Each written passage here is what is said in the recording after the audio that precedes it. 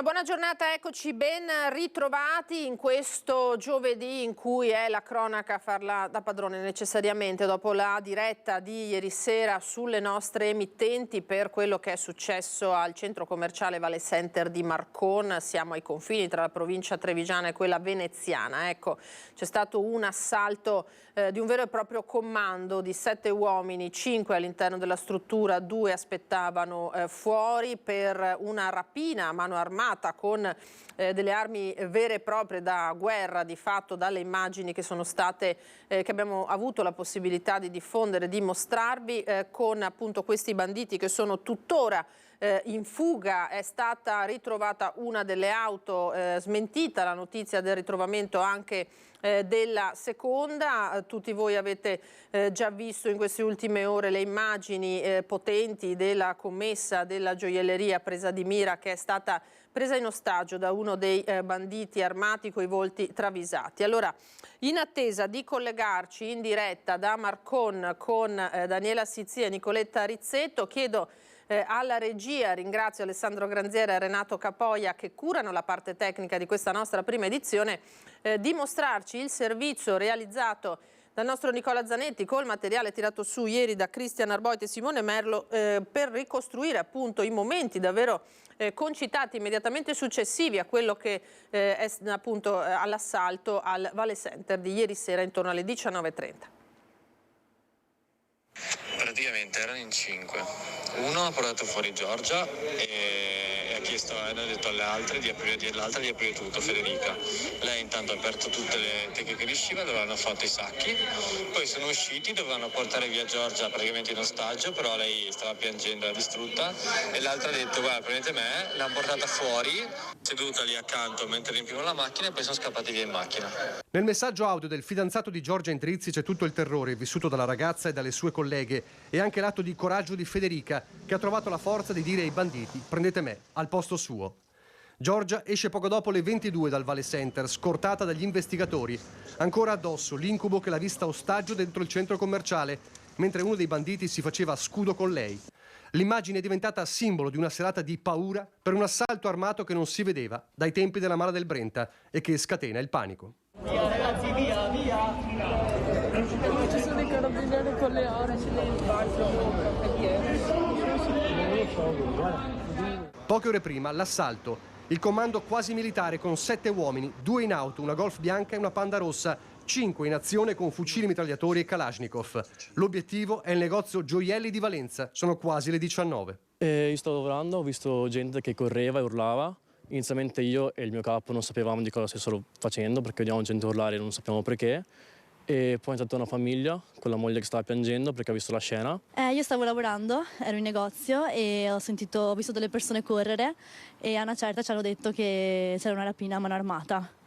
Tu stavi lavorando in quale negozio? La Kiko, negozio di make-up, e ci hanno fatto uscire tutti. Abbiamo visto che gente corrono, siamo chiusi dentro con la porta, siamo rimasti di là finché è arrivato la sicurezza, ha detto andate fuori o rimanete dentro.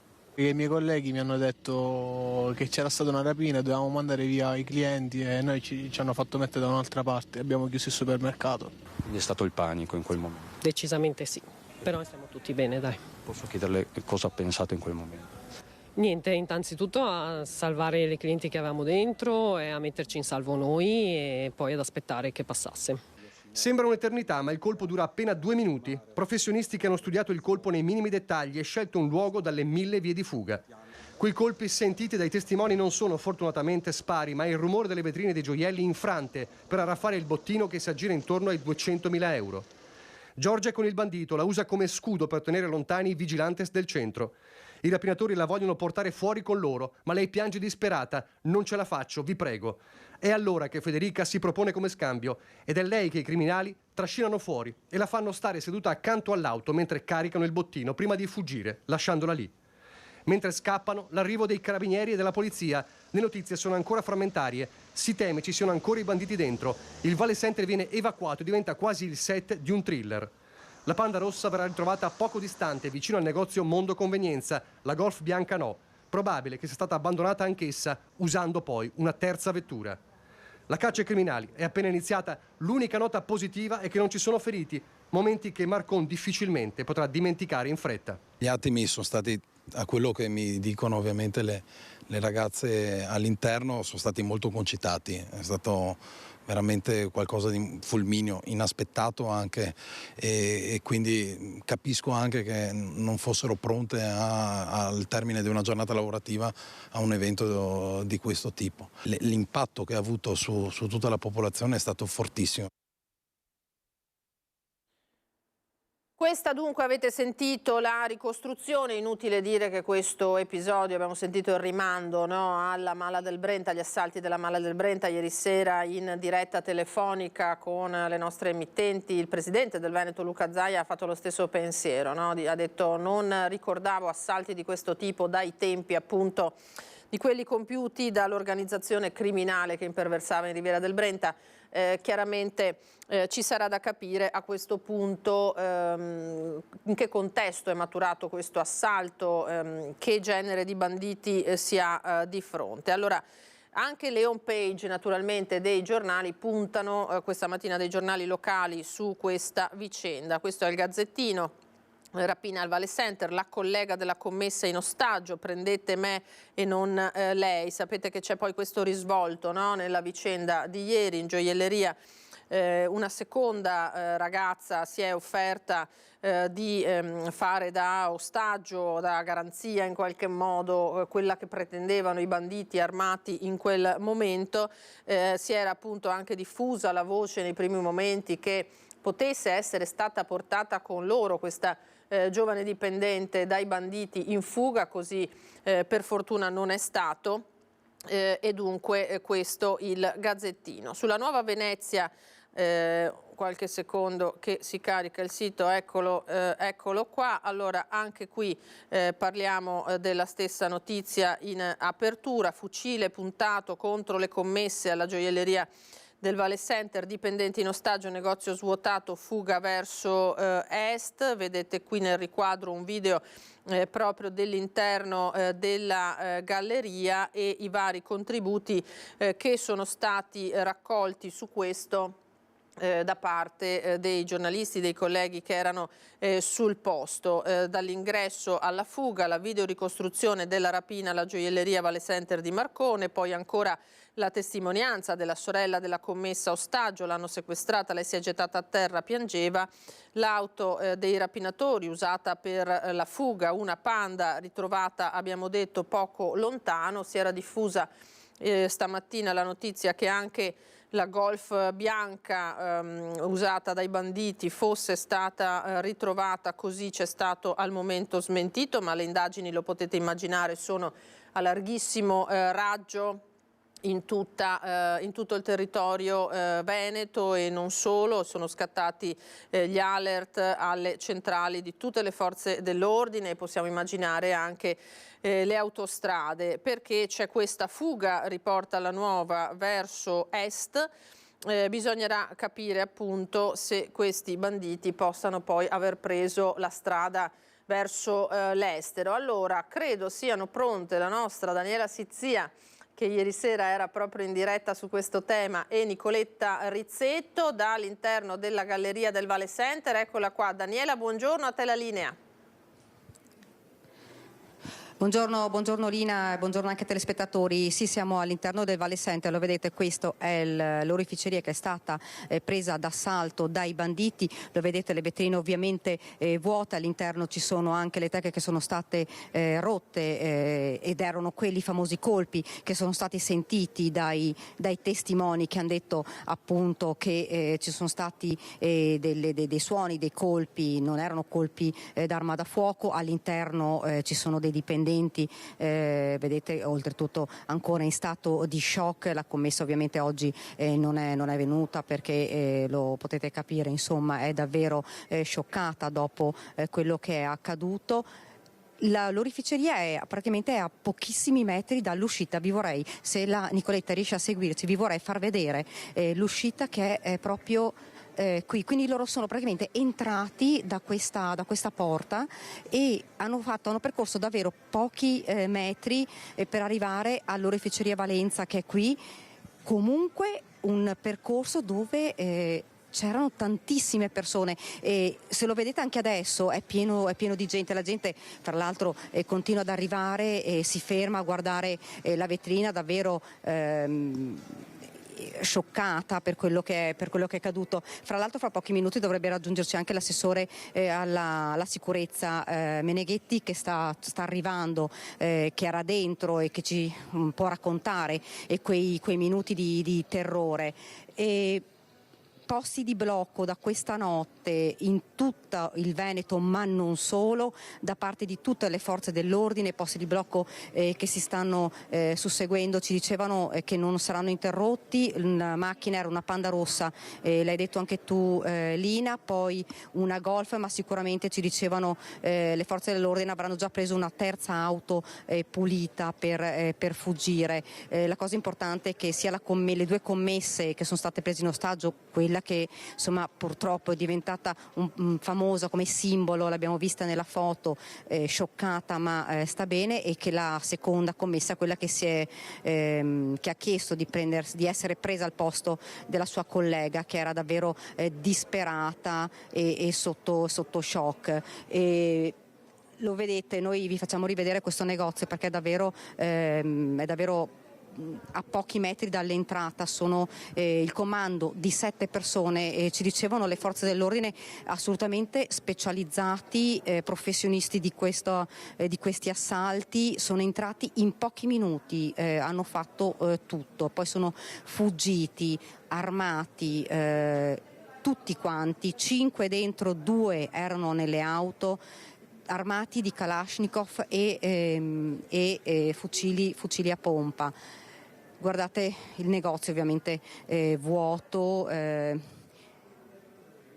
Quello che ci dicevano le forze dell'ordine è che si sta cercando anche di capire, qui ci sono anche le telecamere di sicurezza, quindi stanno cercando di vedere le telecamere di sicurezza anche se loro comunque erano tutti quanti con il volto coperto, incappucciati con i passamontagna, stanno cercando di capire se l'accento potesse essere un accento straniero. È un piano, comunque un assalto che è stato pianificato nei minimi dettagli, questo è sicuro. Abbiamo provato a sentire qualche commesso, ci dicevano che hanno vissuto davvero momenti di terrore, soprattutto i negozi che si trovano proprio di fronte alla gioielleria, che hanno assistito in diretta all'assalto. Ci hanno detto: abbiamo chiuso le serrande e siamo rimasti dentro, ci siamo chiusi dentro proprio per paura che potesse esserci magari un conflitto a fuoco con le forze dell'ordine o con le guardie giurate, che dicono tutti sono state davvero tempestive, hanno immediatamente fatto uscire tutti, c'è stato veramente il panico, un fuggi da parte di tutti quanti, di famiglie, di anziani, proprio perché le guardie giurate hanno fatto uscire immediatamente la gente, per cui in pochissimi minuti questa zona era stata isolata. Questa è la situazione qua, Lina. Adesso io non so, vi faccio vedere l'entrata e se la Nicoletta ci può far passare. E qua ci spostiamo da questa parte, vedete c'è il cartello ovviamente con scritto chiuso, vedete che è chiusa l'entrata, è chiuso tutto. Come vi ho detto, all'interno li vedete, ci sono i dipendenti, alcuni dipendenti che stanno facendo anche un inventario per cercare di quantificare il bottino, oltre 200.000 euro però dicono forse anche più. Sono andati via con dei sacchi pieni di monili, di oro, di gioielli, quindi stanno anche loro cercando di capire a quanto può ammontare il bottino.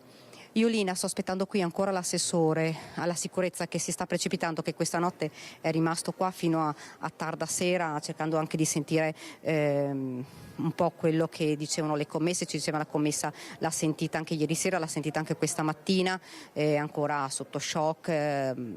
Prenderà ovviamente qualche giorno per riprendersi, anche perché insomma lo capite bene, trovarsi con un fucile a pompa addosso, con una mano al collo, l'abbiamo visto quella foto, shock, è davvero una cosa che insomma è difficile. Ci diceva l'assessore, è solo nei film abbiamo visto cose del genere, per cui è un assalto che non si è mai visto, insomma, o comunque sono tantissimi anni che non si vedono assalti di questo genere, fra l'altro in centri commerciali come questo. Io Lina attenderei, se tu hai un secondo, attenderei l'assessore Meneghetti, e appena arriva ti chiederei la linea per parlare con lui, anche perché lui è stato qui proprio fino a tarda sera. Se sei d'accordo Lina, io ti cederei la linea e tornerei con te fra pochissimi minuti. Daniela, richiedicela quando vuoi, noi intanto proseguiamo con le altre notizie, sempre pronti naturalmente a ricollegarci con Marcon, dove più tardi forse riusciremo a risentire anche il sindaco Matteo Romanello. Per completare il giro delle home page vediamo il Corriere del Veneto sempre sulla vicenda Vale Center, cita la commessa presa in ostaggio dai rapinatori che la nostra Daniela Sizia menzionava poco fa. Volevano portarmi via, ha raccontato la ragazza, sono fuggiti con i sacchi dei gioielli, una collega mi ha aiutato offrendosi di prendere il mio posto. Questa la drammatica testimonianza raccolta a caldo relativamente a questa ragazza. Allora, in attesa di sentire l'assessore alla sicurezza Meneghetti, che sarà tra poco ospite di Daniela, noi proseguiamo con la cronaca di questa giornata. Andiamo nel Padovano, dove un'anziana non ce l'ha fatta dopo essere stata investita. Troppo gravi le ferite, non si è risvegliata ed è spirata dopo 2 giorni di agonia la 70enne padovana che lunedì mattina è stata investita da un'auto in retromarcia mentre stava attraversando via Aspetti all'Arcella a Padova.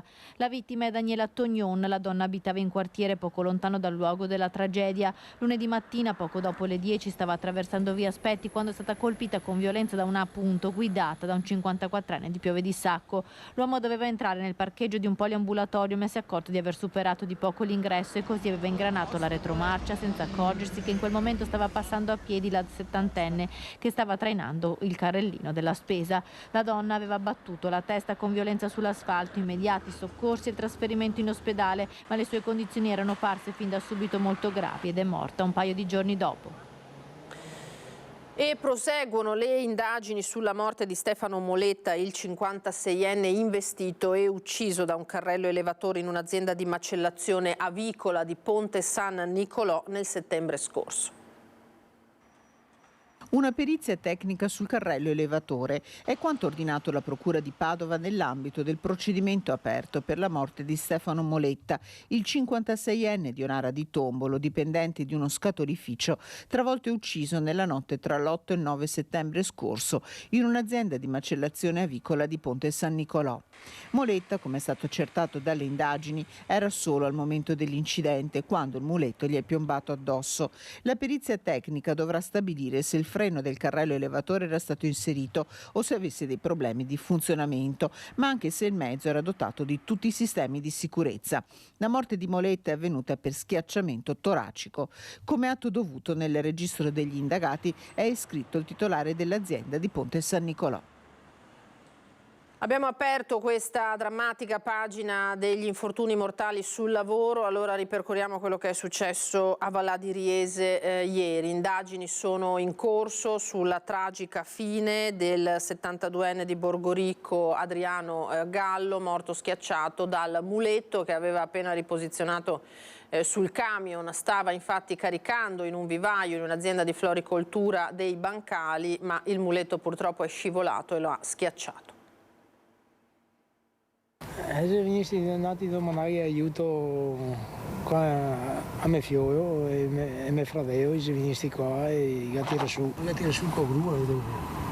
Qui adesso non ho visto, io sprang e io qua che sprang e cosa ho fatto? Come ho fatto a un momento che sprang? Era mio figlio che sa operare la grua, che sa la grua, che sa il momento in pratica con grua. Era sotto. La testimonianza dei primi soccorritori all'interno dell'azienda florovivaistica Baggio di via Cadimiani a Vallà di Riese, dove si è compiuto il tragico destino di Adriano Gallo, 72 anni di Borgoricco. I titolari Alessio e Mara, a distanza di ore, guardano ancora sconvolti la scena che si è parata davanti questa mattina intorno alle 11, quando Gallo, titolare di un'azienda che commercializza concimi e fertilizzanti, aveva finito di scaricare alcuni sacchi di torba. Il muletto dovrebbe essere cascato insieme al camion. Perché è finito finito di scaricare tutta la roba, che sta finendo di scaricare la roba.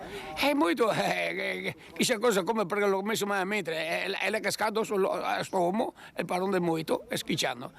I padroni là di fuori che sentivo rumore, perché guardando là, non vede niente, e si è spostato per guardare e ha visto sto molto e sto uomo sotto che ha chiamato Buanza, carabinieri, sta roba. E va in cerca di cose come perché. Inutile ogni soccorso, Gallo è morto sul colpo. Sul posto, oltre ai vigili del fuoco e i carabinieri di Riese, il personale dello Spisal per i rilievi. La dinamica non è stata ancora del tutto accertata, ma sembrerebbe che Adriano Gallo, dopo aver rimesso con questa gru il muletto sul camion, si sia spostato al centro del cassone per chiudere la sponda, non accorgendosi che il piccolo mezzo pesante stava scivolando e lo stava travolgendo. Un vero e proprio appuntamento con il destino, quello di oggi per Adriano Gallo. Stando alle testimonianze dei vicini, normalmente è il figlio che fa le consegne all'azienda florovivaistica, ma probabilmente oggi non poteva, così al suo posto è arrivato il papà, per l'ultimo tragico viaggio in quello che è anche il primo incidente mortale sul lavoro nella Marca per questo 2024. Daniela Sizia dovrebbe essere pronta con l'assessore alla sicurezza di Marcon, Diego Meneghetti. Ecco Daniela, a te la linea. Sì, Lina, eccomi qua, sono con l'assessore, come hai detto tu, che ieri sera era qui in quei momenti davvero drammatici, perché lo ricordiamo, la gente è stata veramente, ha fatto un fuggi con bambini che urlavano, le mamme, gli anziani che correvano, insomma una situazione davvero difficilissima. Cosa ha pensato, assessore, appena saputo di un assalto di questo genere, di un comando armato che è entrato dentro un centro commerciale? Come tutti ovviamente, anche ho sentito il sindaco subito e le dico la verità, sono rimasto davvero sconvolto perché non pensavo mai che ci potesse essere un'azione di questo tipo. Quando ho visto le prime foto che erano state mandate mi sono accorto che non era la semplice, come dire, rapina, ma era una cosa veramente, forse dico io, fatta da professionisti, ma penso che sia così, e con un impatto veramente molto forte. Io devo dire l'unica cosa che aggiungo, sono contento che in una situazione del genere nessuno si sia fatto davvero male, perché credo che quella fosse il rischio maggiore. Ecco, è davvero stato un rischio perché la paura era che magari qualcuno potesse reagire, erano armati e sicuramente pronti davvero a tutto. L'abbiamo visto. Vedere insomma questa gioielleria fa ancora più impressione perché ci riporta all'immagine di quella commessa che era insomma tenuta per il collo dal malvivente. Lei ha sentito la commessa, le ha parlato, come sta? No, io, certo che fossi il sindaco, ieri sera siamo in contatto anche pochi minuti fa col sindaco, che ha sentito la ragazza ieri sera per sincerarsi che stesse bene, tranquilla. Ovviamente tranquilla non può essere perché immagino soltanto lo stato di shock che possa avere, e penso che sia anche giusto lasciarla un po', come dire, tranquilla, e sa che siano poi le forze dell'ordine eventualmente a sentirla, a proseguire le indagini, come stanno facendo molto bene, devo dire anche. E se posso permettermi anche un plauso al personale del negozio, perché da quello che ho capito ieri sera è stata un po' una situazione concitata, ma si sono comportati davvero bene perché poteva succedere qualcosa di molto più tragico. Ecco, senta, fra l'altro adesso i carabinieri, le forze dell'ordine stanno visionando anche le telecamere di sicurezza. Si sa qualcosa? Lei ha saputo magari anche dal sindaco che ha parlato poi con i dipendenti, c'era qualche accento particolare dei malviventi che potesse far pensare che fossero italiani, stranieri? Da quello che ho sentito, perché le dico, ieri sera abbiamo soltanto sentito, quindi non vorrei anche dire cose che i carabinieri magari in questo momento hanno accertato, sembra da quello che ho sentito che uno almeno avesse un parlare italiano, da quello che ho sentito ieri sera, però ripeto, i carabinieri stanno facendo le indagini, quindi non potrei dare notizie che effettivamente non so che sono.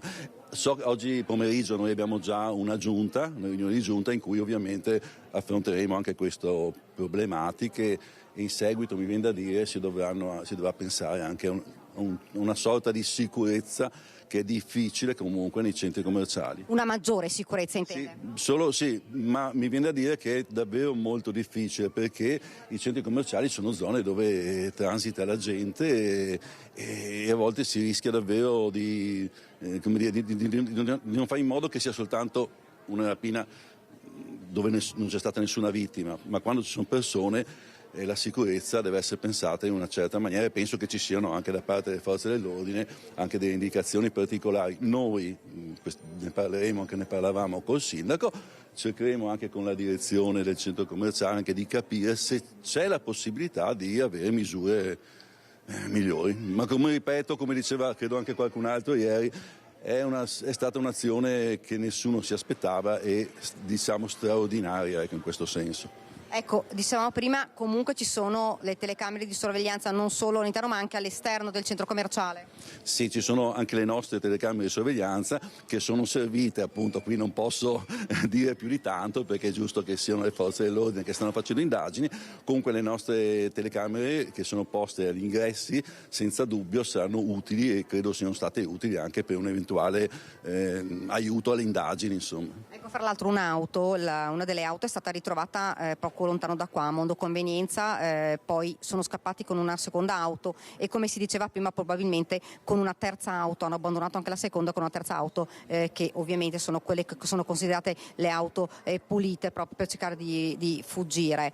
Io Lina ti cederei la linea, però te la richiederei fra pochi minuti perché abbiamo anche una titolare di una responsabile di un negozio ed è quella che ha visto i rapinatori entrare. Quindi ti cedo la linea per qualche minuto, poi te la richiederei. Grazie Daniela, grazie al tuo ospite. Allora torneremo a Marcon tra poco, lo avete sentito. Intanto noi ci spostiamo a Vigo d'Arzere perché il Ponte della Libertà tra questo centro e Limena scatena la rabbia di automobilisti e residenti dopo i nuovi restringimenti, segnalazione di disservizi che è arrivata anche alla nostra redazione dopo gli ultimi incidenti. Vedo collegata la nostra Chiara Gaiani sul posto con Andrea Benetti e con il sindaco Adolfo Zordan. Chiara, buongiorno.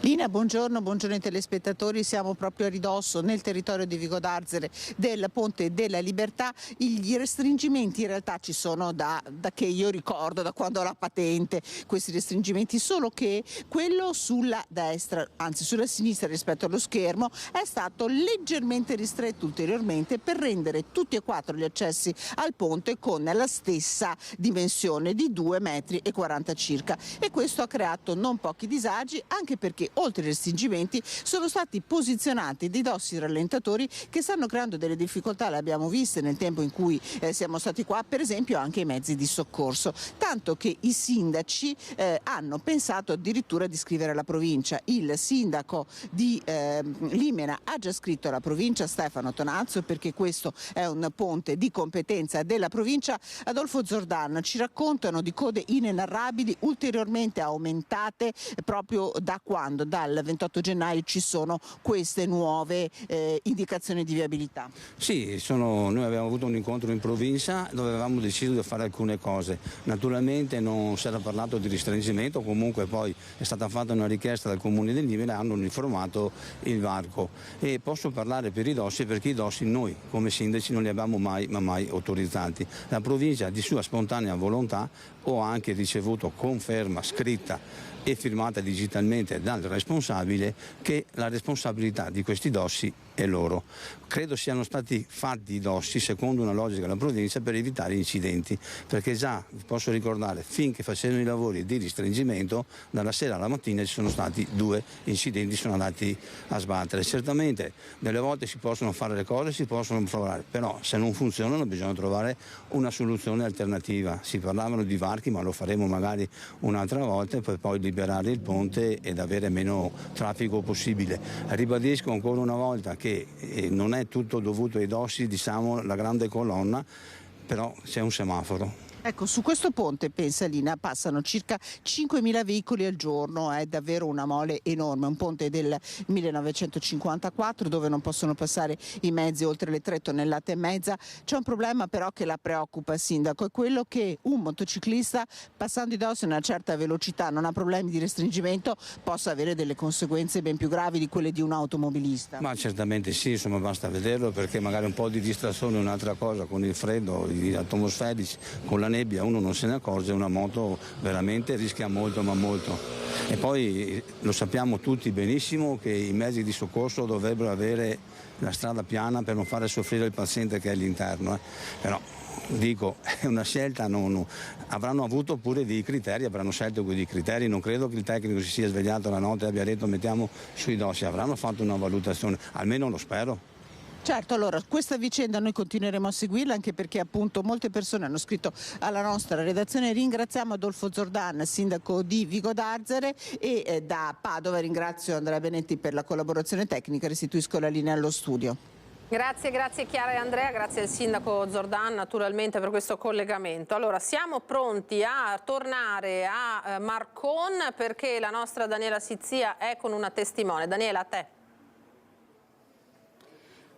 Sì, Lina, buongiorno, sono con la signora Enza e lei è responsabile di un negozio che è qua vicino, da dove loro sono entrati, quindi lei ha visto praticamente tutto. Quindi cosa è successo, da dove sono entrati e come sono entrati? Allora, sono entrati dalla porta principale questi 5 uomini con il mitra e sono corsi verso di qua e noi da lontano abbiamo visto appunto questa scena e abbiamo pensato subito di chiudere le serrande, non abbiamo capito che era uno scherzo subito al momento, però dopo ci siamo resi conto che era effettivamente una rapina.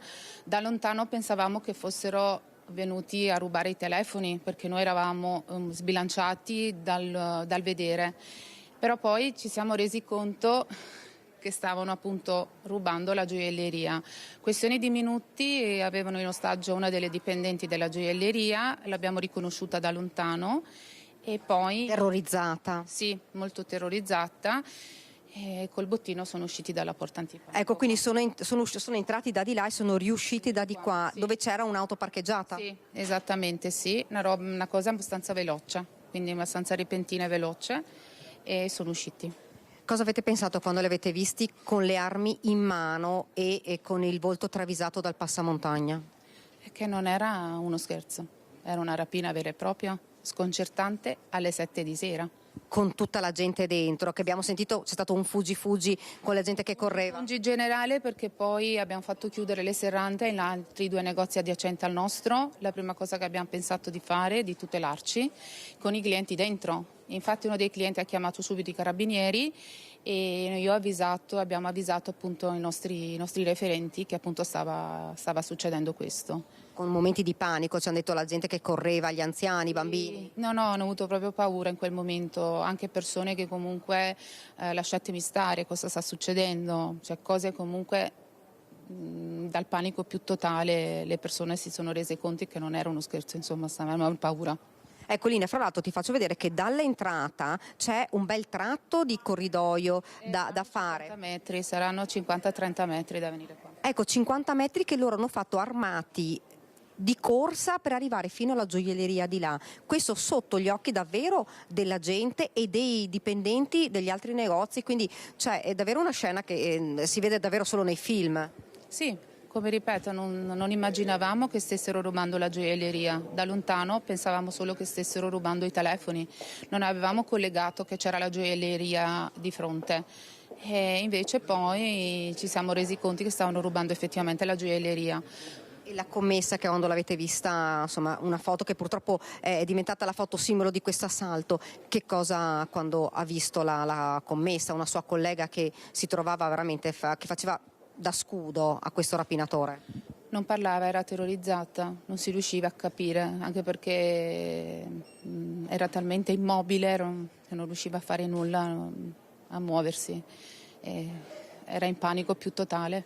Ecco, veniva tenuta proprio come scudo, in modo che nessuna forza dell'ordine, nessun carabiniere, nessun vigilante potesse entrare, perché lei stava facendo da scudo ai rapinatori. Questo è stato ed è questa la cosa che davvero poteva accadere, come diceva l'assessore, una tragedia, perché se poco qualcuno avesse reagito non si sa, erano davvero pronti a tutto. Poi sono fuggiti, diceva, di qua?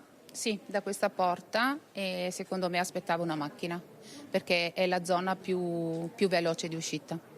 Questa è la meno trafficata, tra virgolette, quindi è stato più facile anche per loro dileguarsi. Oggi è tornata a lavoro con che stato d'animo? Con molta paura, nel senso ci si guarda alle spalle. come si dice, guardiamo spesso fuori, però ripeto, si va avanti lo stesso, è all'ordine del giorno. La ringrazio, grazie signorenza.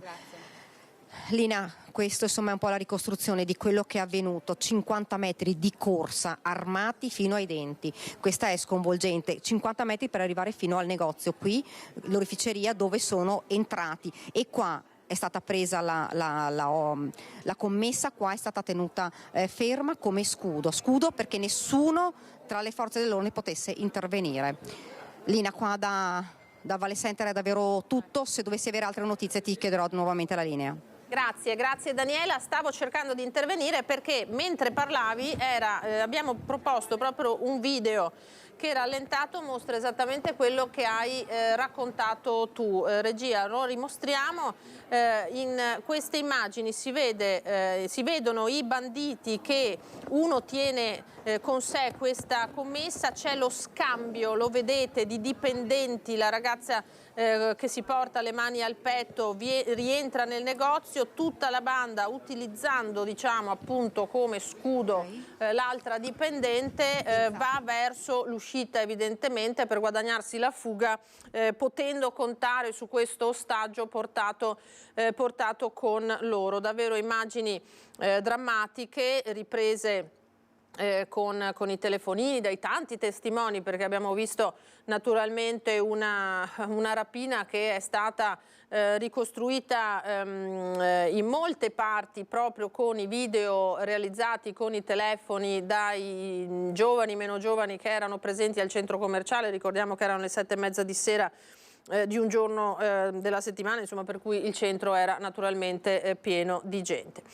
Adesso noi cambiamo pagina, apriamo una parentesi su Bassano del Grappa, poi di questo tema torneremo a parlare anche su Vicenza, perché lo stiamo trattando da un po', anzi no, scusate, siamo con Vicenza, vero, da Sharon? Sì, allora niente, siamo proprio a Vicenza, sì. Ma si parla di locali, si parla di sicurezza nei locali, di senso di sicurezza, non è tanto differente purtroppo dal tema che stiamo trattando. A Valle Center di Marcon c'è stata un'azione estrema, lo abbiamo sentito prima, ma ci sono anche piccoli atti che nella quotidianità mettono inquietudine nei commercianti. Allora Sharon Di Carlo da Vicenza con Simone Squarcina e con dei rappresentanti delle categorie. Sharon, buongiorno. Sì, buongiorno Lina e buongiorno a tutti i telespettatori. Dopo la microcriminalità in centro storico a Vicenza, la paura arriva anche in via Lanza. Sono, l'hai detto tu, in compagnia con due esercenti, con Matteo Borboni, buongiorno. Buongiorno. E con Angelo Miccoli, buongiorno. Buongiorno. Qual è la paura? Da un anno a questa parte è stata aperta un'attività in questa zona, un'attività che ha portato episodi di degrado e microcriminalità. Che cosa sta succedendo? Buongiorno, allora in questo momento noi stiamo vivendo una situazione drammatica causata appunto da questa nuova attività che ha portato della microcriminalità, nello specifico situazioni di spaccio, gente che orina ovunque, assembramenti di persone che non consentono ai nostri clienti di arrivare da noi. Anche risse, diceva.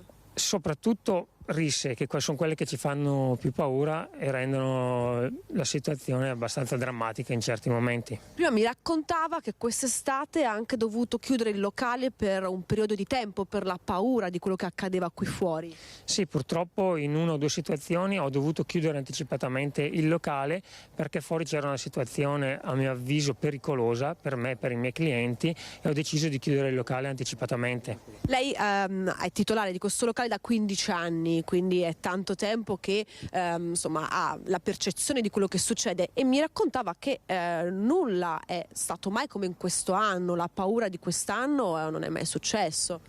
No, purtroppo sì.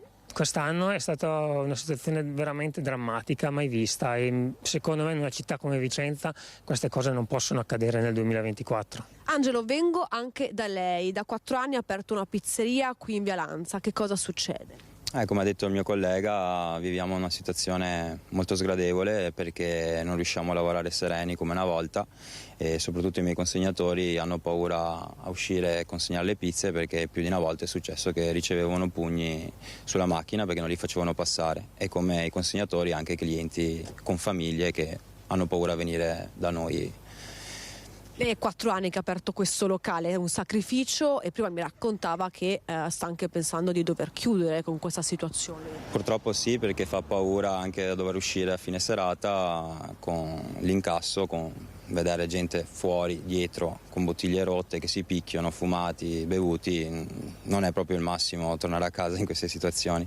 Lina, c'è stato anche, anzi ci sarà un incontro con l'amministrazione comunale lunedì, corretto? Che cosa accadrà? Che cosa direte al sindaco Giacomo Possamai?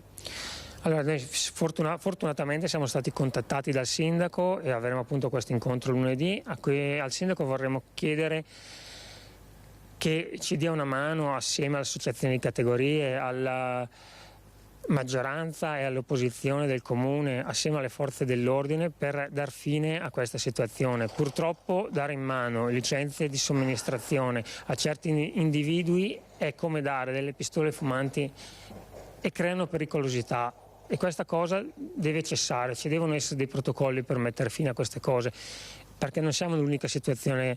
In altri angoli di Vicenza questo sta accadendo e deve essere messa una parola fine a questa situazione. Intervenire quindi prima che sia troppo tardi. Lina, da Vicenza è tutto, vi restituisco la linea. Grazie. Grazie Sharon, grazie a Simone Squarcina e ai vostri ospiti. Allora, abbiamo sentito questa problematica legata, lo avete capito bene, alla criminalità, ma anche a quelle che possono essere le intemperanze di qualche giovane o persona di passaggio. Noi andiamo adesso rapidamente in pubblicità, poi torneremo a parlare naturalmente della rapina al Vale Center di Marcon con i nostri colleghi sul posto, ma anche di altre tematiche relative sempre a quello che è anche il disagio che vivono proprio le realtà produttive. A più tardi. Eccoci di nuovo in diretta da studio con la prima edizione di Antenna 3 in questa giornata in cui stiamo concentrando l'attenzione sulle indagini dopo la violenta rapina al Vale Center di Marcon. Banditi a mano armata, armi da guerra tra le braccia, commesse della gioielleria presa di mira, presi in ostaggio per guadagnarsi la fuga. Davvero immagini drammatiche quelle che abbiamo mostrato, torneremo tra pochissimo a Marcon. Abbiamo sentito anche il disagio dei commercianti di Vicenza proprio per la presenza di persone giovani con comportamenti evidentemente non adeguati, la paura addirittura di questi commercianti. Torniamo sull'episodio di bullismo che è accaduto giovedì scorso a Castelfranco Veneto, perché i 7 responsabili sono stati individuati anche grazie alle tante testimonianze di studenti, di giovani presenti sul luogo dell'aggressione. Drastica la posizione dell'assessore regionale all'istruzione, che invece delle sospensioni dice mandiamole a fare lavori socialmente utili.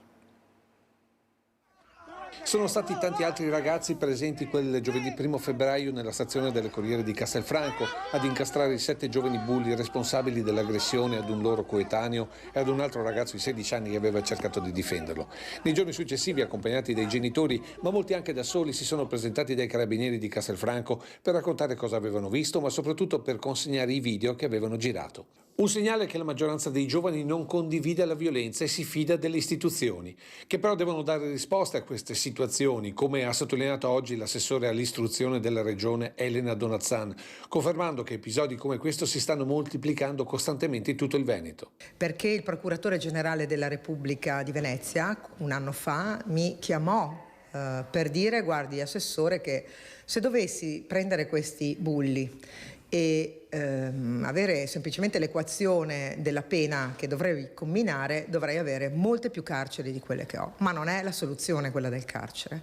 E allora dobbiamo interrogarci su quale soluzione. Certamente c'è un tema familiare, il problema sta nella famiglia e sta nelle regole che le famiglie non riescono più a dare. E allora, secondo l'assessore, le regole devono essere imposte dalla scuola, però senza sospensioni dalle lezioni. Io non credo che la sospensione sia una soluzione, anzi credo invece che i lavori da fare siano la soluzione. Vanno divisi tra di loro, a mio parere, perché la regola del branco è quella che li porta ad essere così violenti e a stare insieme spalleggiandosi, e quindi la prima cosa da fare è essere aiutati da dei pedagogisti che attivino dei meccanismi ma anche di punizione. perché non può passare così.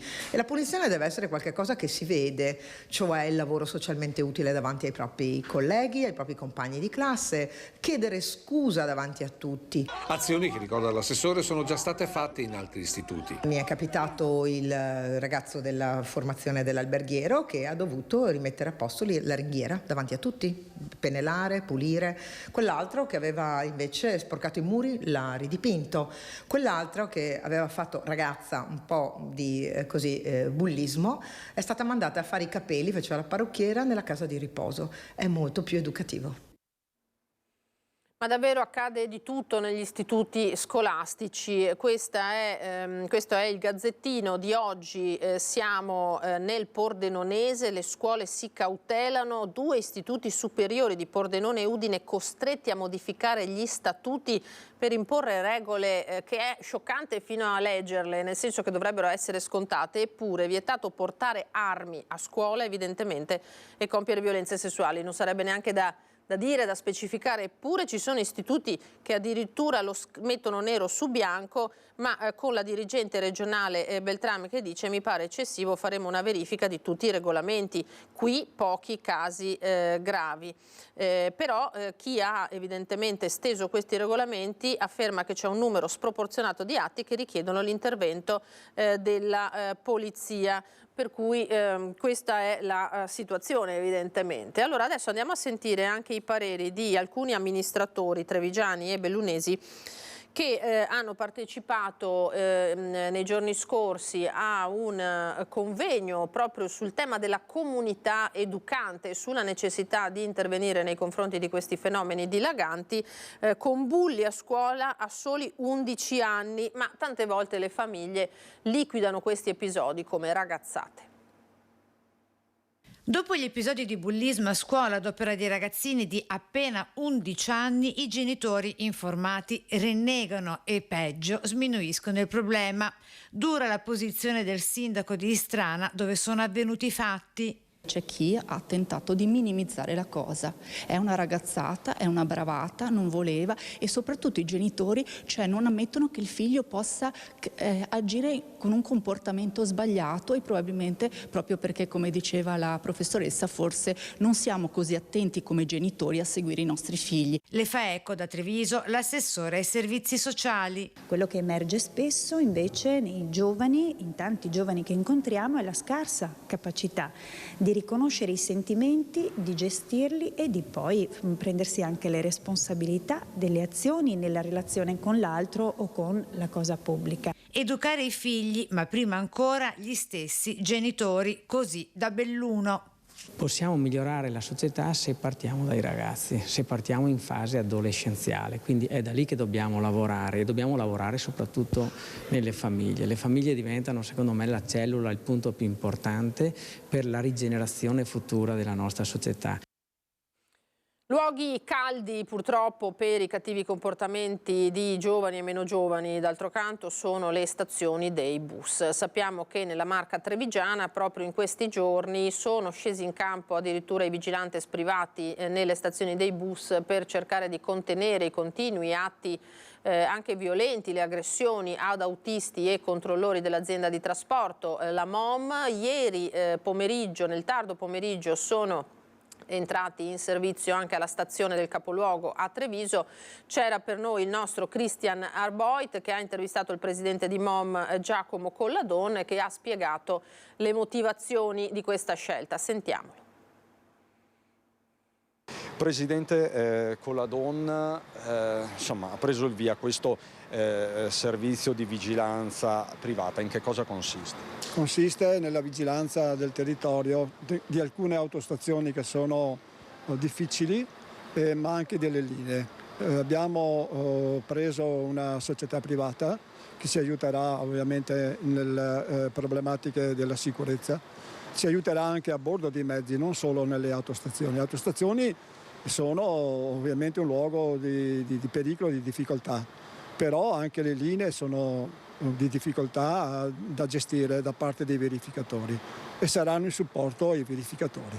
Questa società mette anche dei verificatori, ma anche dei vigilantes, e noi riteniamo che con questa nostra decisione si arrivi verso una sicurezza che possa garantire sia all'utenza che al nostro personale una garanzia per poter usufruire del trasporto pubblico. Ecco, perché questa è anche una questione di sicurezza sui luoghi di lavoro. Lei in questo momento sta tutelando i suoi autisti, i suoi controllori, il suo personale, perché dice non passa giorno senza che non ci sia un'aggressione. Sicuramente sì, sono loro in prima linea e quindi devono ovviamente affrontare tutte le situazioni anche di difficoltà durante la giornata. È giusto dare un segnale che noi ci siamo, l'azienda c'è, metterà in campo tutto quello che può per garantire la sicurezza del personale ma anche ovviamente dell'utenza. Quali sono le linee più calde? Le linee più calde sono la linea 104, che è quella che collega Treviso a Portogruaro, e anche la linea che va da Conegliano a Pieve di Soligo. Queste sono due linee che sono monitorate in questo momento, che sono sotto controllo. Stiamo migliorando anche nel discorso della sicurezza e questo è dovuto anche a degli interventi sia delle forze dell'ordine sia delle amministrazioni locali che ci danno una mano, ma anche ovviamente dei vigilantes che noi abbiamo messo a garanzia del nostro personale. Il ruolo dei sindaci è fondamentale in questa fase. Il ruolo dei sindaci è fondamentale, ovviamente quello che ci stanno dando in questo momento è un aiuto grandissimo, quindi sia il sindaco di Treviso ma anche il sindaco di Castelfranco, di Montebelluna, di Oderzo, di Pieve di Soligo, di Conegliano sono tutti in prima linea a supporto della nostra iniziativa e ci aiutano moltissimo anche con la polizia locale. L'intervento della polizia locale è costante e immediato, di questo devo ringraziare tutti. Tutte le forze dell'ordine sono senza dubbio coinvolte in questa azione. Allora, nelle scorse ore, sempre la nostra Daniela Sizia ha raccolto la testimonianza, l'intervista del tenente colonnello Turrini, che è alla guida del nucleo operativo dei Carabinieri del Comando di Treviso, impegnati appunto in supporto proprio per garantire la sicurezza non solo del personale MOM ma anche dei passeggeri sulle linee più problematiche.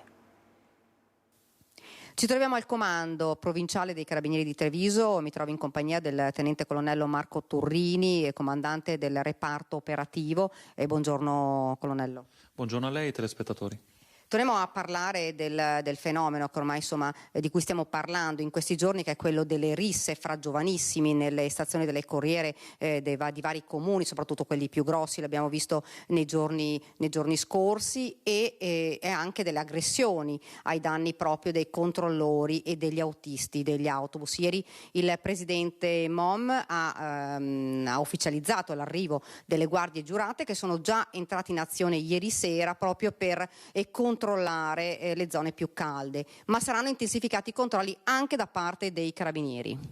Sì, questa attività di prevenzione rappresenta per il Comando Provinciale Carabinieri di Treviso sicuramente una priorità. Sono controlli finalizzati proprio a garantire l'ordinato svolgimento di quelle che sono le attività in questi luoghi, appunto le stazioni dell'autocorriere, le stazioni dei treni, i luoghi di aggregazione, che appunto per consentire agli utenti di questi servizi di poterlo fare in maniera assolutamente tranquilla. Ecco, comandante, l'abbiamo visto anche nei giorni scorsi, un fenomeno che un po' preoccupa e che è cresciuto negli ultimi tempi, queste risse ma anche queste aggressioni da parte proprio di giovanissimi, anche di minorenni. Sì, la nostra attenzione è massima verso i giovani. Ripeto, per noi è molto importante l'attività di prevenzione unita a quella di repressione, ed è un'attività che svolgiamo, come detto, in questi luoghi, individuando quelle che possono essere magari anche le linee più delicate, ma anche accostandoci insomma a quelli che sono i luoghi normalmente devoluti a quella che è l'attività di questi ragazzi, quindi le scuole, dove anche qui abbiamo intensificato la nostra presenza, abbiamo intensificato il dialogo con genitori, con i ragazzi, con gli insegnanti. Credo che si debba partire da lì. Ecco, la nota positiva è che insomma, nei fatti avvenuti a Castelfranco Veneto, lo ricordiamo, dove dei minori si sono davvero presi a calci e pugni e sono stati identificati dai carabinieri, c'è stata insomma proprio la solidarietà anche degli altri studenti che sono venuti da voi e vi hanno fatto vedere i video, proprio perché insomma queste risse non vanno bene nemmeno ai giovanissimi. Abbiamo osservato, abbiamo constatato sicuramente la presenza di grande senso civico da parte di tanti ragazzi, alcuni erano appunto presenti a questi eventi, ma anche dei genitori di questi ragazzi. Ecco, sono segnali importanti, si va nella giusta direzione, ripeto, l'attività di prevenzione è fondamentale proprio per evitare che questi episodi avvengano e diciamo nel momento in cui accadono, ecco, la risposta fortunatamente da parte dei carabinieri è stata altrettanto pronta, altrettanto tempestiva, e anche questi sono segnali importanti perché rispetto ad atti di bullismo si possono sullo sfondo generare veramente dei reati di una certa gravità, gli atti persecutori, le lesioni, le minacce, sono reati che commessi da minori possono poi incidere sulla vita di questi ragazzi che, sembra banale dirlo, ma insomma rappresentano il futuro della nostra società. Ecco, comandante, come ultima domanda, per chi pensasse che i carabinieri si trovano solo all'esterno degli autobus, non è escluso invece che li possano anche trovare all'interno dei bus? Ma con la società di trasporto, come ha detto lei all'inizio, è in atto una collaborazione molto stretta, quindi sicuramente cercheremo tutte quelle che sono le modalità migliori, ripeto, perché questi tipi di servizi possono essere assicurati in maniera corretta, perché tutti possono fruirne in maniera corretta, in maniera ordinata. Quindi ci saremo, come ci siamo in tante manifestazioni, voglio dire, della nostra collettività, la vicinanza alle comunità anche in questo, insomma, anche in questo frangente, voglio dire, cerchiamo di assicurarla. Insomma, le autostazioni, ma non solo, anche le stazioni ferroviarie saranno davvero sorvegliate speciali. Questo è il contributo raccolto dalla nostra Daniela Sizia con Nicoletta Rizzetto, con il tenente colonnello Turrini. Noi ci fermiamo per un altro break perché poi torneremo di nuovo a Marcon e introdurremo anche il nostro ospite.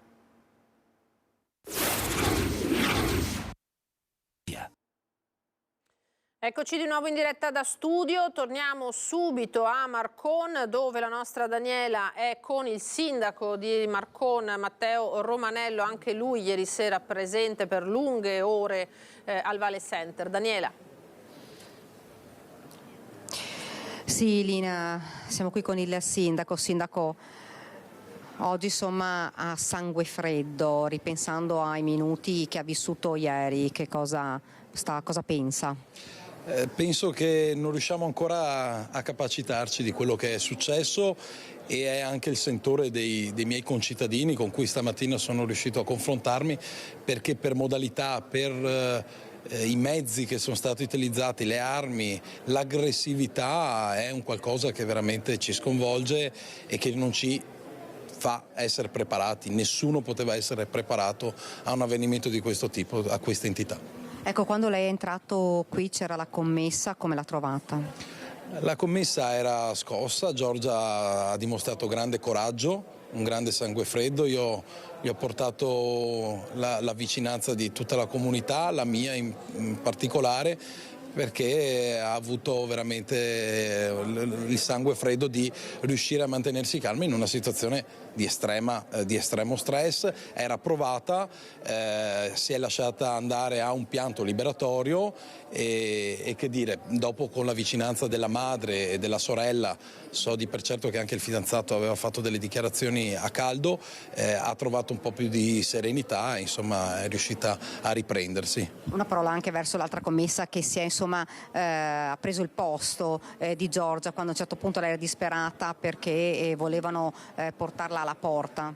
Sì, ha dimostrato grande coraggio. Questi momenti sono difficili, ogni soggetto li valuta in maniera diversa e quindi mi viene difficile capire proprio quello che è successo e le modalità con cui è successo. Come dicevo pochi minuti fa ad alcuni colleghi, ringrazio da un certo punto di vista che le forze dell'ordine siano arrivate 5 minuti dopo e non 5 minuti prima, perché nel momento in cui questi malviventi si fossero asserragliati all'interno del centro commerciale, la situazione in presenza di ostaggi, in presenza di civili, in presenza di molti concittadini avrebbe potuto prendere delle dimensioni davvero molto ampie e sarebbe diventata di assoluto rilievo. Quindi da un certo punto di vista siamo felici che si sia risolto con le nostre commesse e i civili appunto che non feriti, e una situazione insomma che ci lascia comunque l'amaro in bocca, ma da un certo punto di vista tiriamo un sospiro di sollievo. Sindaco, questa mattina sul fronte delle indagini, insomma, ha qualche novità in più? Noi stiamo lavorando e ovviamente posso limitarmi a quelle che sono delle dichiarazioni di facciata, perché l'attività da parte delle forze di polizia sta continuando. Noi abbiamo messo a disposizione tutte le nostre immagini di quella che è la videosorveglianza territoriale a nostra disposizione. Ovviamente il cambio di autovettura a pochi minuti dall'avvenimento non semplifica le attività di ricerca per capire quali siano stati i percorsi che hanno portato alla fuga a questi malviventi. Ecco, uno ci dicevano parlava italiano. Sì, me l'hanno confermato appunto ieri sera e non mi sento di fare altre dichiarazioni in merito a questo. Una persona o più persone senza scrupoli, a prescindere dalla nazionalità, ci devono comunque interrogare a quello che è il nostro sistema giudiziario, quindi rimando ovviamente a chi di competenza una valutazione più ampia, perché fare un'analisi adesso come adesso sul tema della giustizia sociale anche è doveroso, e soprattutto a seguito di avvenimenti come questo. Sindaco, l'ultima domanda, sì. Che effetto le fa vedere oggi a sangue freddo questo negozio? Da un certo punto di vista sono felice perché il centro commerciale continua la sua attività. Il centro commerciale è un punto di riferimento per tutta l'area metropolitana e raccoglie moltissime persone. Mi dispiace ovviamente per il danno materiale, ma sinceramente più per il danno creato alle persone, alle dipendenti che si sono trovate in questa tragica situazione. Ecco, danno che deve essere ancora interamente quantificato comunque. Allo stato attuale non siamo in grado di quantificarlo, penso che però almeno il 50%, il 60% dei prodotti del materiale sia stato sottratto. Grazie Sindaco, grazie davvero. Lina, se non ci sono domande ti restituisco la linea. Grazie Daniela Sizia, Nicoletta Rizzetto da Marcon, grazie al Sindaco Romanello, disponibile adesso come ieri sera davvero per spiegare quello che stava succedendo e che è accaduto sotto gli occhi davvero di tante persone. Per fortuna nessuno si è fatto male, questi banditi se ne sono andati senza far del male a nessuno, però sono stati momenti davvero drammatici. Allora saluto e ringrazio, lo vedo collegato via Skype, buongiorno, il senatore Andrea Martella, segretario regionale del Partito Democratico. Buongiorno e ben ritrovato. Buongiorno a lei e a tutti i telespettatori. Senatore, ha visto queste immagini che toccano il nostro territorio e fanno davvero impressione, cosa ne pensa?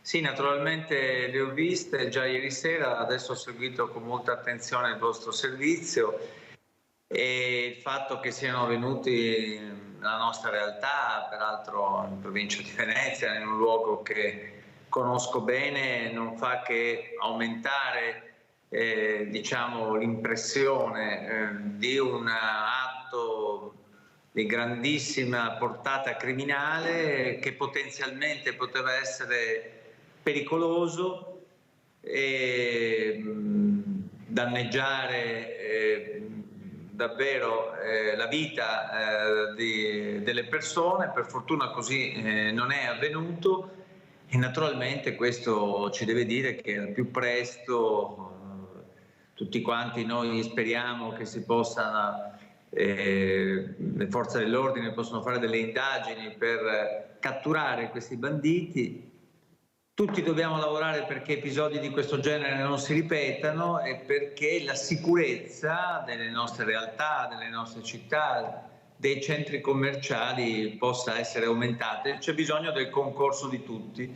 Non servono grandi polemiche, oggi governa la destra a livello nazionale, a livello regionale e quindi non si addossano responsabilità a nessuno come magari veniva fatto nel passato. Tutti dobbiamo concorrere ad aumentare la sicurezza dei cittadini, la presenza delle forze dell'ordine, la capacità di prevenzione e naturalmente anche di repressione.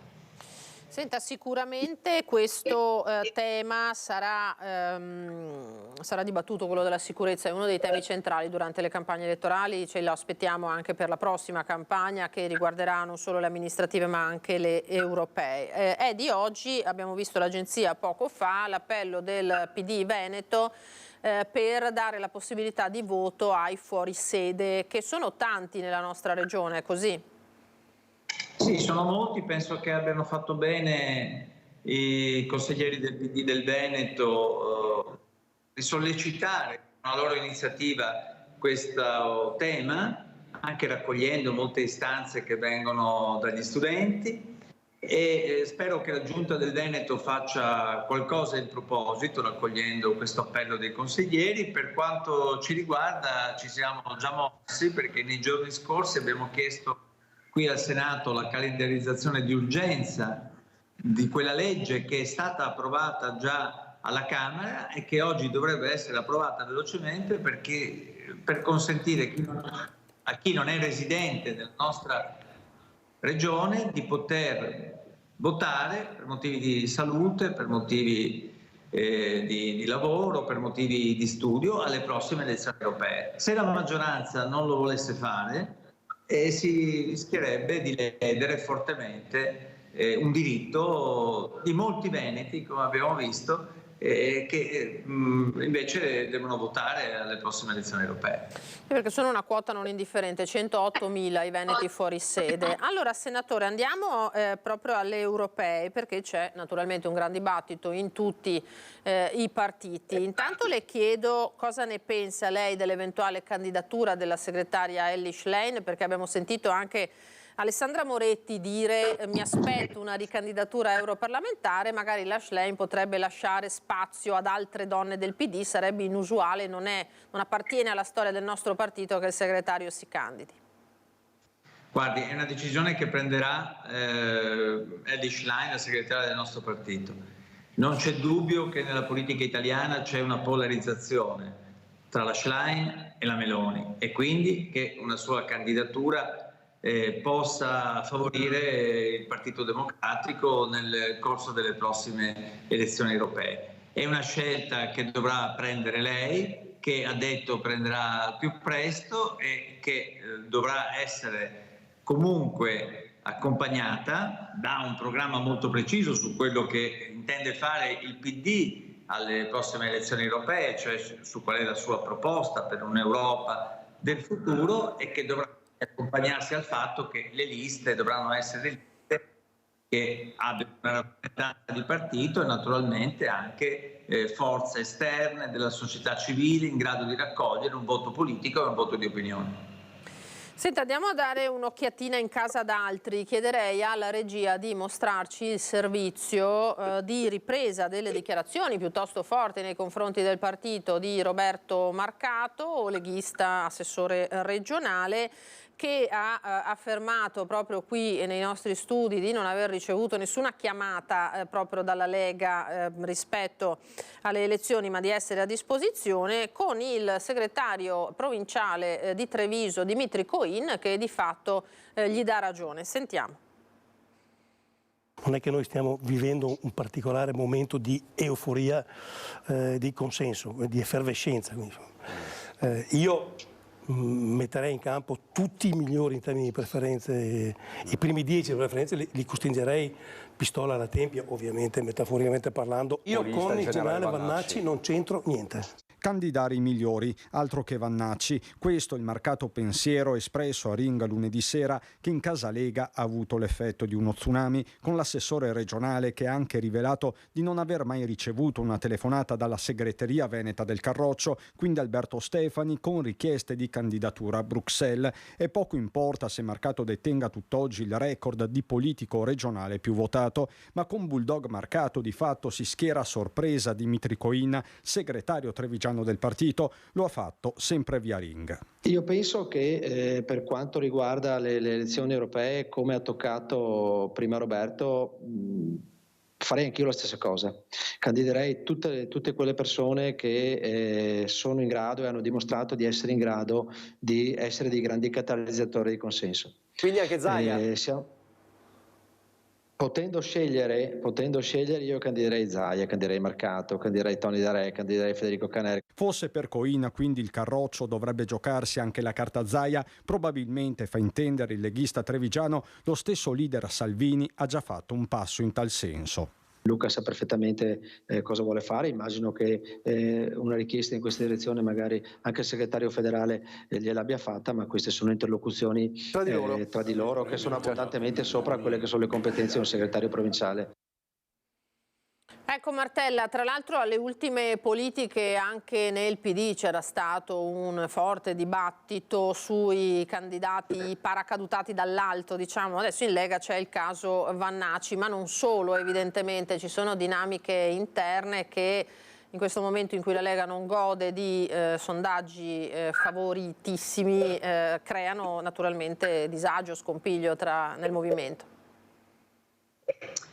Sì, naturalmente è sempre un po' difficile e anche forse non del tutto corretto entrare nella dinamica della vita di un partito quando si parla di candidature, di persone, e quindi questo dibattito lo lascio alla Lega. Però dal punto di vista politico non c'è dubbio che io possa dire che da molti mesi la Lega in Veneto dà l'esempio di una forza politica divisa, che vede personalità diverse muoversi in direzioni diverse, e non c'è dubbio che in Veneto da molto tempo noi vediamo una divisione anche nei confronti tra la Lega e Fratelli d'Italia, e che si vede anche nella giunta che governa il Veneto. E quindi immagino che per la Lega sia un problema affrontare la prossima tornata elettorale, perché sicuramente vedranno un po' ridurre i loro consensi, e immagino che Fratelli d'Italia invece possa usare eventuali consensi alle prossime elezioni europee per rivendicare ancora di più di quanto stia facendo la presidenza del Veneto. Ecco, è un modo di fare politica che comunque non mi appartiene, non ci piace, non piace al PD, è uno spettacolo abbastanza avvilente, si occupano di poltrone e di candidature, noi invece cerchiamo di occuparci dei problemi del Veneto, che sono molti e irrisolti e che vanno dalla sanità al lavoro alla situazione ambientale, che meritano di essere affrontati in modo diverso e più serio di come lo sta facendo attualmente il centrodestra, che governa la nostra regione e che governa anche a livello nazionale. Questo sistema di candidare magari il personaggio del momento, un raccogli voti istantaneo, diciamo, al di là di non essere ben visto dalla base di nessun partito naturalmente, è una carta vincente davvero? Io penso, come ho detto prima, che le liste di un partito debbano essere la rappresentazione di un gruppo dirigente che quindi abbia delle idee, rappresenti un'identità, voglia andare in Europa portando un progetto per l'Europa. Poi credo che ci debba essere una rappresentanza del territorio, e molto spesso il gruppo dirigente e la rappresentanza del territorio possono coincidere, in modo tale da dare voce alle istanze, alle aspirazioni che molti cittadini hanno e che molti elettori possono avere nei confronti del Partito Democratico. Infine penso anche che le elezioni europee, che sono elezioni diciamo con un voto abbastanza libero dal punto di vista politico, possano essere l'occasione per candidare nelle liste personalità della società civile, del mondo delle professioni, del mondo della cultura, della scienza, dell'impresa, come è avvenuto in altre occasioni nel passato, che possono quindi concorrere con la loro presenza a determinare un buon risultato. Ecco, questa è la mia impostazione, non mi appartengono ragionamenti ovviamente alla Vannacci, che lascio bene volentieri ai partiti della destra e alla Lega. Senta, pesa naturalmente nel panorama politico in queste settimane la protesta cosiddetta dei trattori, no? Questa marcia su Roma che non si ferma, ma le categorie che tentennano, nel senso, noi abbiamo sentito col Diretti Veneto, chiederei alla regia di proporci il servizio col presidente Salvan, che dice un alto rischio secondo lui di strumentalizzazione. Vediamo il servizio e poi commentiamo.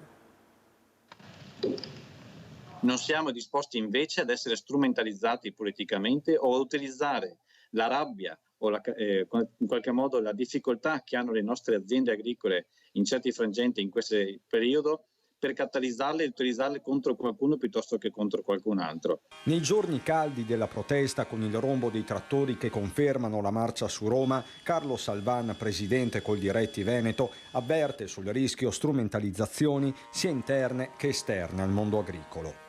Il parlare alla pancia della popolazione è molto più difficile, è molto più facile, che parlare alla testa delle persone. Oggi invece dobbiamo riportare la ragionevolezza delle argomentazioni e crearli insieme questi percorsi che possono aiutarci ad affrontare meglio delle difficoltà. Io penso in primis al cambiamento climatico, alla gestione dell'acqua, alle nuove tecnologie genetiche che potremo avere a disposizione a breve. Insomma, i temi ci sono come, ma la via non può che essere istituzionale. Lo stesso Salvan rivendica il buon dialogo avviato con il governo, meno con l'Europa, che pure ha annunciato per bocca della presidente von der Leyen il ritiro di buona parte delle misure contestate, dalla proposta di regolamento sull'uso di fitofarmaci allo stop dei nuovi parametri per le emissioni di CO2. Col Diretti era a Bruxelles proprio la settimana scorsa con la Premier Meloni. Dobbiamo dire a tutti i nostri soci, le nostre famiglie, i nostri cittadini e consumatori che vogliamo creare un percorso nuovo di un'Unione Europea attenta al proprio mondo agricolo, all'autoapprovvigionamento, alla qualità dei nostri imprenditori e che la smetta invece di creare condizioni per la concorrenza sleale.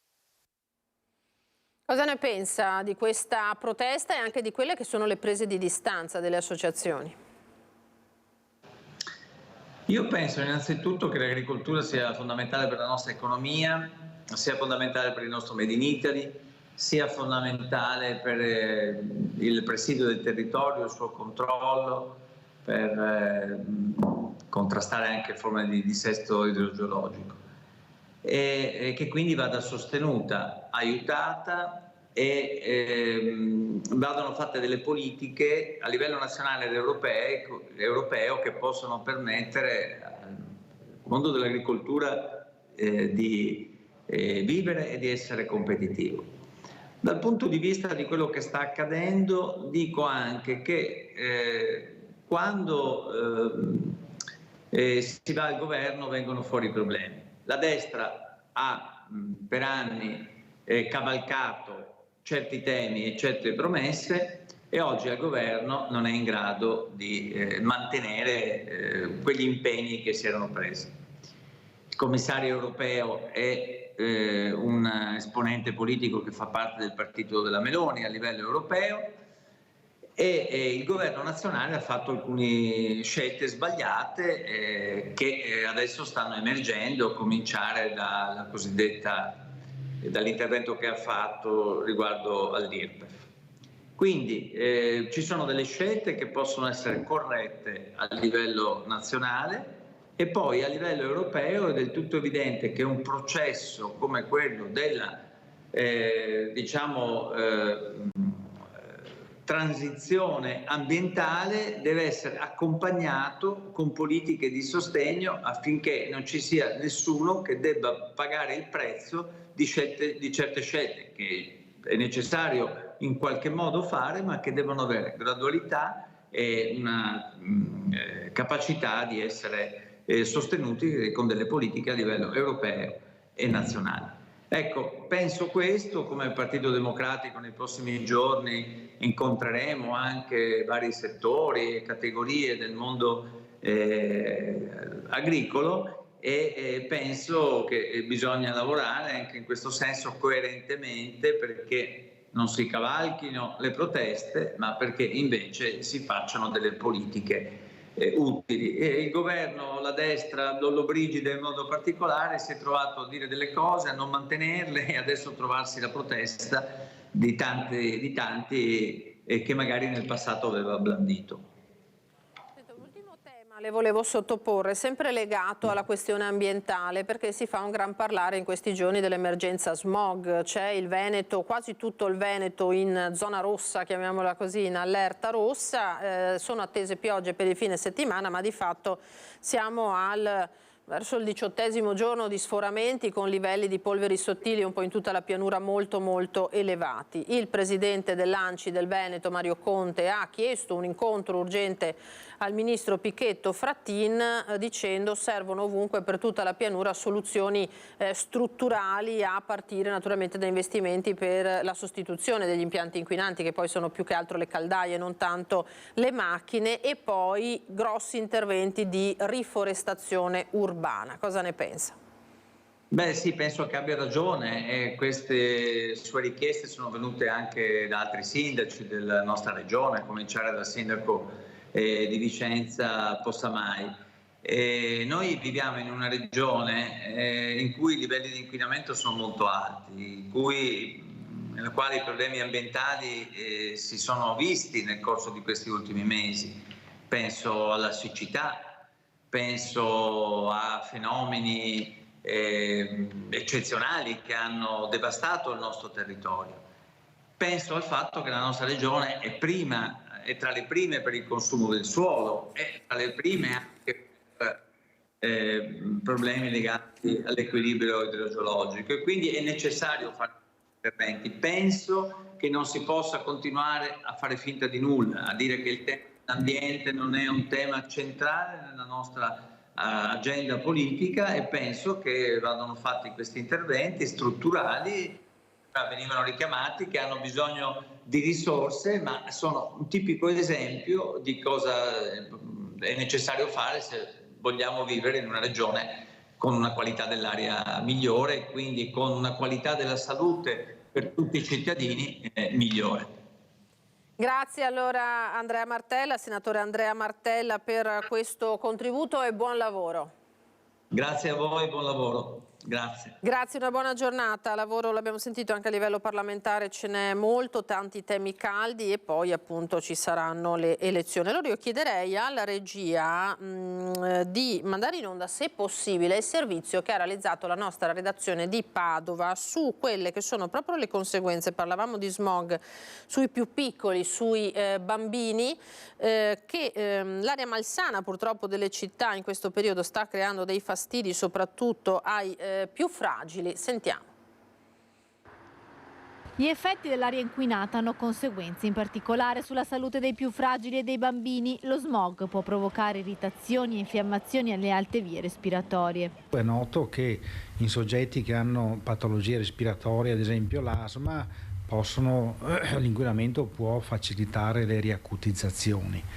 Quando c'è tanto inquinamento le vie aeree si infiammano negli adulti come nei bambini, quindi alcune infezioni virali possono causare una malattia respiratoria più importante. I bambini non possono certo restare chiusi in casa, ma è preferibile fare passeggiate, non in città ma in campagna. I bambini devono uscire lo stesso, non è che devono stare in casa, però andare in ambienti, i colli euganei, la montagna, il mare, lontano dalle grandi vie di comunicazione. Questo è sicuramente un consiglio che si può dare. L'uso della mascherina purtroppo non blocca il filtraggio delle polveri sottili. La mascherina funziona molto bene per proteggersi dalle infezioni virali, per l'inquinamento non più di tanto, anzi molto poco.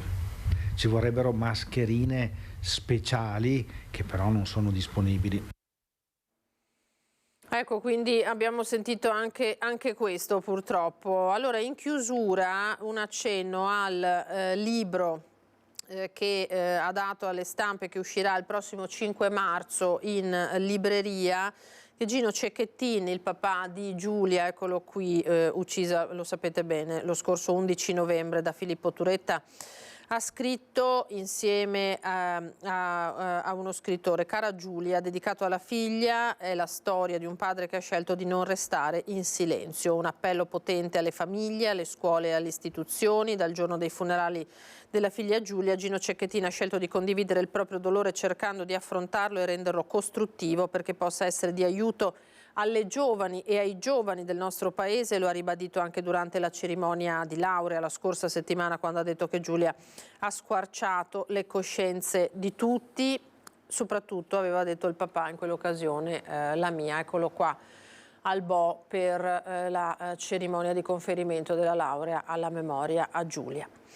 Siamo in chiusura, allora io ringrazio tutti i colleghi che erano in collegamento oggi dal territorio, Alessandro Granziera e Renato Capoglia in regia. Tra poco, come sempre, le previsioni del tempo. Vi ricordo a seguire l'appuntamento con il cinema, Segreti di famiglia di Francis Ford Coppola, con tra gli altri Vincent Gallo. Per noi è tutto per questa prima edizione, io vi ringrazio e vi rimando come sempre ai telegiornali di questa sera. Arrivederci.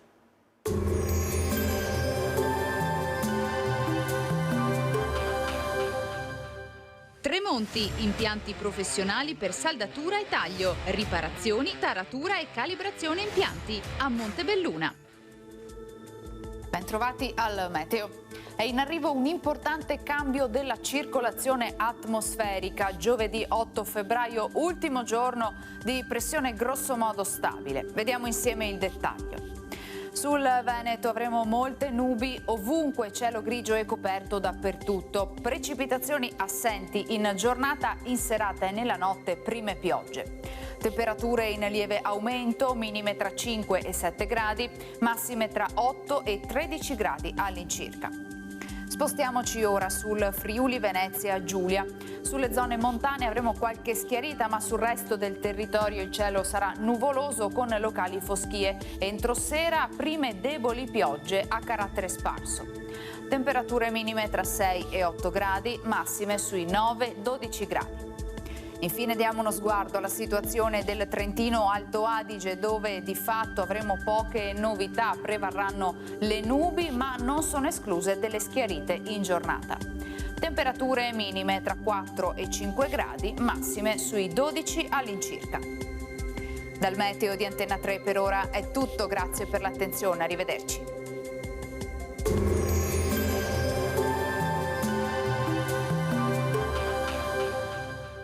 Tremonti, impianti professionali per saldatura e taglio, riparazioni, taratura e calibrazione impianti, a Montebelluna.